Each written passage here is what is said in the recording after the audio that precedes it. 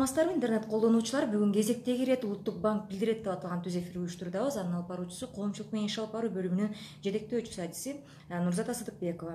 Улуттук банк 2023-жылдын экинчи чейреги үчүн акча кредит саясаты жөнүндө отчетту жарыялады. Бүгүн дал ушул темада сүйлөшөбүз. Бул боюнча маалымат берүү үчүн Улуттук банктын экономика башкармалыгынын башчысы Айнура Мамбеткул кызын түз эфирге чакырганбыз. Саламатсызбы, Айнура Мамбеткуловна? Айтып кетсеңиз, мына Улуттук банк быйылкы жылдын экинчи кварталы үчүн акча кредит саясаты жөнүндө отчетту жарыялады жана ал жерде көптөгөн маалыматтар камтылган. Ошон үчүн айтып кетсеңиз, баалар кандай болуп жатат жана азыркы инфляциянын деңгээли кандай? Туура айтасыз. Ушул 2023 жылдын 28 августунда Улуттук банктын башкармасы Улуттук банктын акча кредит саясаты жөнүндө экинчи кварталга отчетун бекиткен. Ошол эле күнү Улуттук банк акча кредит саясатынын негизги инструменти болгон эсептик чен боюнча чечим кабыл алган. Ал чечимге ылайык 13% деңгээлинде эсептик чен калыптанып калган. Ошону менен бирге эле 5 сентябрь күнү Кыргыз Республикасынын Улуттук банкынын акча кредит саясаты боюнча экинчи кварталы жөнүндө отчет Улуттук банктын расмий сайтына жарыяланган. Ал отчетто негизги макроэкономикалык тенденциялар берилген. Ошого анын ичинде дагы инфляциянын факторлору, болжолдору, келечектеги анын негизги факторлорун анализ жүргүзгөн берилген. Сиздин жообуңузга айтып кетсем, азыркы учурда Кыргыз Республикасында инфляциянын деңгээли, жылдык маанидеги деңгээли акырындык менен түшүп баратат. Эгерде былтыркы жылдын аягында карасак, декабрь айында инфляциянын жылдык маанидеги көрсөткүчү 14,7% түзгөн болсо, августтун 25 числосуна карата 9,6% түздү. Ал эми инфляциянын структурасын караганда, анын ичинде азык-түлүк товарларына группасындагы баалары өсүш арымын басаңдашын көрсөтүүдө. Эгерде былтыркы жылкы жыйынтыгы боюнча азык-түлүк товарларына болгон баалар 16%га чейин өскөн болсо, азыркы учурда 8 айдын жыйынтыгы боюнча жыл башынан тартып 3,1%га эле өстү. Бул негизи өзүңүздөр билгендей, былтыркы жыл көп эле мамлекеттер үчүн татаал жыл болгон. Ал негизги геосаясий өзгөрүүлөр менен, ошону менен бирге эле соода жолдорунун өзгөрүшүнө байланыштуу болгон. Ошого да кошумча дүйнөлүк азык-түлүк товарларында дагы баалардын жогору деңгээлге жеткени белгиленген. Ошого байланыштуу негизги тышкы факторлордон келип чыгып, былтыркы жылы 1 эсе баалардын өсүшү байкалган да. Ошону менен бирге Улуттук банк өз чараларын, акча кредит саясат инструменттери аркылуу өз чараларын колдонуу менен азыркы учурда биз баалардын өсүш арымдарынын төмөндөшүн байкап келүүдөбүз. Башка азык-түлүк эмес болгон товарларга караганда жана кызмат көрсөтүүлөргө болгон баалардын азыркы учурда туруктуу баасы кармалып турат. Бирок буга чейин айтып кеткендей, баалардын индексинин түзүмүндө азык-түлүк товарларынын алардын ичине нан, кант, жашылча жемиш болгон товарлар кирген топтун негизги баалары, өсүш арымдары басаңдашын көрсөтүүдө азыркы учурда. Анда ушул эле жообуңузга улай дагы бир суроо бере кетсем, мына инфляциялык басымды азайтуу жана өлкөдө макроэкономикалык туруктуулукту сактоо үчүн ошол айтып кетсеңиз, эмнелер жасалды? Кыргыз Республикасынын экономикасында тике жана кыйыр таасирлер тийгизген тышкы экономикалык шарттар дагы эле белгисиздик факторлордун таасирин азыркы учурда берип келүүдө. Бирок буга карабастан жалпысынан Кыргыз Республикасында мен айтып кеткендей инфляциянын фон акырындык менен түшүп басаңдоодо. Буга акча кредит саясатынын жүргүзүлүп жаткан чаралары көмөк көрсөткөн. Негизинен белгилүү болгондой эле инфляциянын тобокелдиктерге жооп кылып улуттук банк 22-жылы өзүңүздөр билгендей эле инфляциянын келерки орто мезгил учурунда 5 жана 7% тегерегинде инфляцияны түшүрүү максатында тиешелүү акча кредит саясатын жүргүзгөн. Былтыркы жылы эсептик ченди 14%га чейин жогорулаган, анан жылдын аягы боюнча 13%га чейин төмөндөтүлгөн. Ошол чаралар азыркы учурда ушу басаңдоону шарт кылып түзүп келген. Ошону менен бирге эле улуттук банк өз тарабынан инфляциянын монетардык факторун чектөө максатында банк системасындагы ашыкча ликвиддүүлүктү стерилизация аркылуу операцияларын жүргүзгөн. Ошону менен бирге эле улуттук банктын чараларынын шарттары түзүлгөнүнө байланыштуу азыркы учурда биз банк секторунда депозиттик базанын өсүшүн көрүп турабыз. Бул негизинен калктын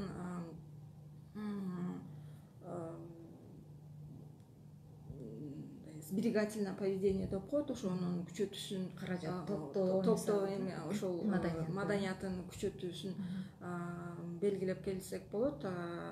8 айдын жыйынтыгы боюнча Кыргыз Республикасынын банк системасындагы депозиттик база 400 миллиард сомго чейин өскөн. Жыл башынан тартып анын өсүшү 18%га чейин жеткен. Ошентип азыркы учурда банк системасында ресурстук базанын кеңейишин көрүп жатабыз. Бул негизинен банк системасындагы сом ликвиддүүлүктүн жогору деңгээликте бар экендигин белгилейт. Ал өзүнүн бир жагынан дагы кредиттөөнү оң өсүш шарымдарын кармап турууга шарт түзүп берүүдө. Ал эми кредиттөөнү, экономиканын кредиттөө боюнча сөз кылсак, жыл башынан тартып банктардын акча кредит портфели 14%га чейин өскөн. Анан июль айынын жыйынтыгы боюнча 233 миллиард сомго чейин жеткен. Бул негизи бул улуттук банктын жүргүзгөн саясатынын шарттары менен. Демек, жакшы көрсөткүч катары кабыл алсак болот. Анда үчүнчү суроом ушул эле кайрадан эле инфляция темасына келсек, айтып кетсеңиз, ушу инфляция боюнча жакынкы болжол кандай болуп жатат? Анткени баары бири менен тыгыз байланышта эмеспи? Биз жогоруда айтып кеткендей, биз акча кредит саясаты боюнча отчетту жарыяладык. Ал отчетто кеңири маалымат берилген. Экономиканын шарттарына жана тышкы чөйрөнүн шарттарына, ошондой эле валюта рыногундагы өзгөрүүлөрдү эске алуу менен улуттук банк болжолдорду иштеп чыккан. Ал болжолдор ошо мен айтып кеткендей комплекстүү анализге багытталган. Анан азыркы учурда биз көрүп турабыз, Кыргыз Республиканын экономикасы январь-июнь айынын жыйынтыгы боюнча 2,9%га чейин өскөн. Бул негизги өсүш кызмат көрсөтүү сектору аркылуу келип чыккан. Ал жерде активдүүлүктүн жогору көрсөткүчүн биз байкап турабыз. Негизи ал соода сатык секторунда байкалууда азыркы учурда. Ошондой эле валюта рыногунда азыркы учурда жагдай стабилдүү болуп турат. Акча рыногунда, финансы рыногунда дагы жагдай стабилдүү болуп турат. Ошонун негизинде биз азыр тышкы чөйрөдөгү азык-түлүккө болгон баалардын тенденциясын, алардын болжолдорун эске алуу менен биз өзүбүздүн инфляция боюнча болжолдорду иштеп чыкканбыз. Негизинен айтып кетсем, августтун жыйынтыгы боюнча биз иштеп чыккан отчеттогу базовый болжол май айындагы болжолго караганда көп нерсе өзгөрүлгөн жок. Жылдын аягы боюнча биз 10%дын тегерегинде инфляцияны күтүүдөбүз. Эгерде кандайдыр бир тобокелдиктер келип чыкпаса, азыркы учурдагы экономиканын тенденциялары сакталып турса, жылдын аягында 10%дын тегерегинде болгон инфляциянын болжолун күтүүдөбүз. Ал эми келечектеги мезгилге биз Кыргыз Республикасынын улуттук банктын акча кредит саясаты орто мөөнөттүү мезгилде 5 жана 7%дын тегерегиндеги инфляцияга түшүрүү максаты коюп жатабыз. Ошого багытталат биздин акча кредит саясатыбыз. болгон аракеттерди көрүп жатасыз да. Анда эмесе Айнура Мамбеткуловна, биз адаттагыдай эле мамлекеттик тилден кийин расмий тилде дагы ушул маалымат берип койсок. Сегодня мы организовали очередной прямой эфир на тему «Насбанк сообщает». Я его ведущая Нурзада Садыкбекова, ведущий специалист отдела по связям с общественностью. Национальный банк опубликовал отчет денежно-кредитной политики за второй квартал 2023 года. Сегодня на эти и другие вопросы ответит начальник экономического управления Национального банка Айнура Мамбеткуловна.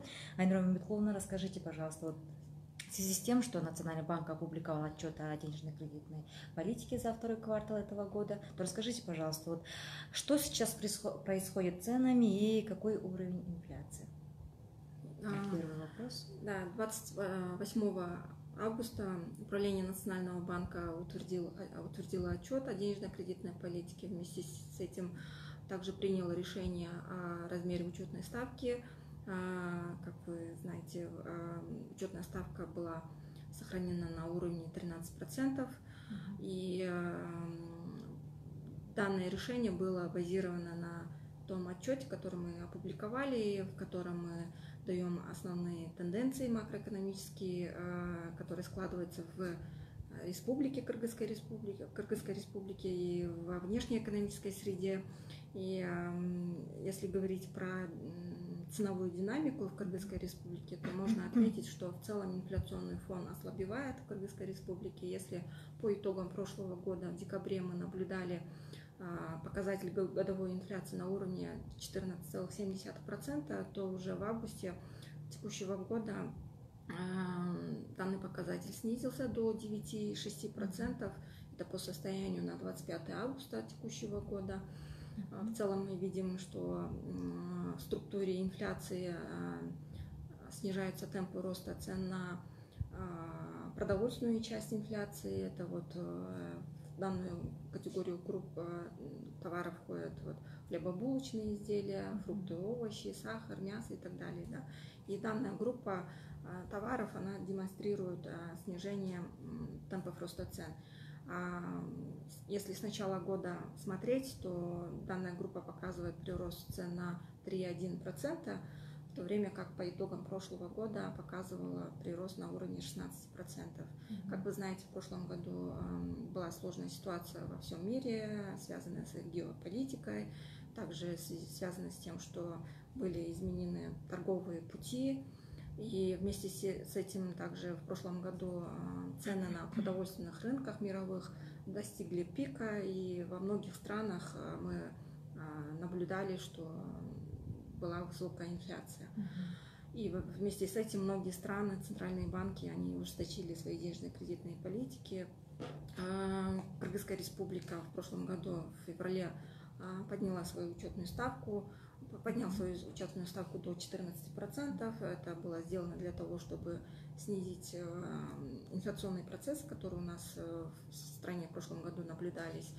И в результате принятых решений мы сейчас наблюдаем снижение этих темпов роста цен на основные товары и услуги. Если смотреть структуру, как я уже отметила, продовольственная часть демонстрирует более быстрое снижение темпов роста цен, в то время как непродовольственные товары, цены на непродовольственные товары и услуги остаются достаточно устойчивыми. И мы в текущем году также наблюдали, что было повышение административных цен, это были повышены тарифы, и это прямо или косвенно отражается на общий уровень цен в Кыргызской республике.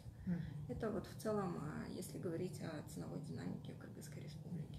Тогда отталкиваясь от вашего ответа, второй вопрос у меня такой что было сделано для снижения инфляционного давления и поддержания макроэкономической стабильности в стране? Как я уже отметила, в прошлом году Национальный банк уже ужесточил свою денежно-кредитную политику, повысив свою учетную ставку. И эти условия, они способствовали тому, что инфляционные процессы в целом были сдержанными в Кыргызской республике. Если говорить о мерах и результатах, то в связи с тем, что было принято решение ужесточить денежно-кредитные условия, В целом мы видим, что сберегательное поведение населения усилилось в течение прошлого года, и в этом году также наблюдается. В банковской системе была расширена ресурсная база банков. Если говорить о депозитной базе, то с начала текущего года мы наблюдаем рост депозитной базы на 18%, и объемы сейчас по итогам июля они достигли 400 миллиардов сомов. В целом в банковской системе сомовая ликвидность находится на достаточно высоком уровне, и это является также основным фактором, который поддерживает кредитование экономики. Если смотреть на показатели кредитования экономики, то с начала текущего года объем кредитного портфеля банков вырос на 14%, и по итогам июля составил 233 миллиарда сомов. На денежном рынке, на финансовом рынке наблюдается стабильная ситуация, на валютном рынке также наблюдается относительно стабильная ситуация, и это благодаря принятым мерам Национального банка. И тогда вот третий вопрос, опять же, про инфляцию. Каковы прогнозы по инфляции в ближайшее время? На ближайший период. В опубликованном отчете о денежно-кредитной политике мы по некоторым показателям пересмотрели прогнозы. Что касается инфляции, показатель по инфляции значительно не изменился по сравнению с нашим майским прогнозом. Вот, по итогам августа у нас сохраняется прогноз на текущий год по инфляции. Если каких-либо дополнительных рисков, которые будут иметь внешний характер, то мы ожидаем, что в конце этого года инфляция будет находиться около 10%.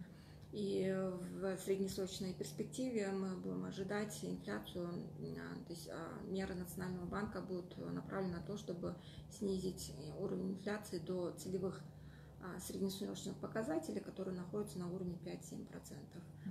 Если говорить о состоянии экономики, которое мы уже дали в нашем отчете, то сейчас складывается такая тенденция. По итогам января-июля экономика Кыргызской республики выросла на 2,9%, и основную долю вот в этом приросте занимает сектор услуг.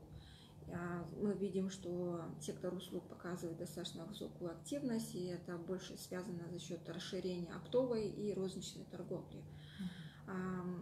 Мы считаем, что если вот эти тенденции будут сохраняться, то наши прогнозы до конца года будут находиться около 10% по инфляции. Спасибо. Все понятно. Спасибо, Айнур Мамедкуловна. Вы очень кратко рассказали, в общем, отчет Национального банка за второй квартал денежной кредитной политики. Урматтуу интернет колдонуучулар, азыр түз эфирде Улуттук банктын экономика башкармалыгынын башчысы Айнур Мамедкул кызы бизге Улуттук банктын 2023 жылдын экинчи чейреги үчүн акча кредит саясаты жөнүндө отчету тууралуу кыскача маалымат берип кетти. Эгерде бул тууралуу кеңирээк маалымат алгыңыздар келсе, анда НБКР чекит KG сайтына кирип дагы окусаңыздар болот. Ал эми Айнур Мамедкуловна, сиз убакыттап бизге келип ушундай маалымат бергениңиз үчүн сизге чоң ыраазычылык билдиребиз. Рахмат сизге. Чоң рахмат. Ал эми биз интернет колдонуучулар кийинки жумага чейин жолугушканга чейин коштошмокчубуз. Саламатта калыңыздар.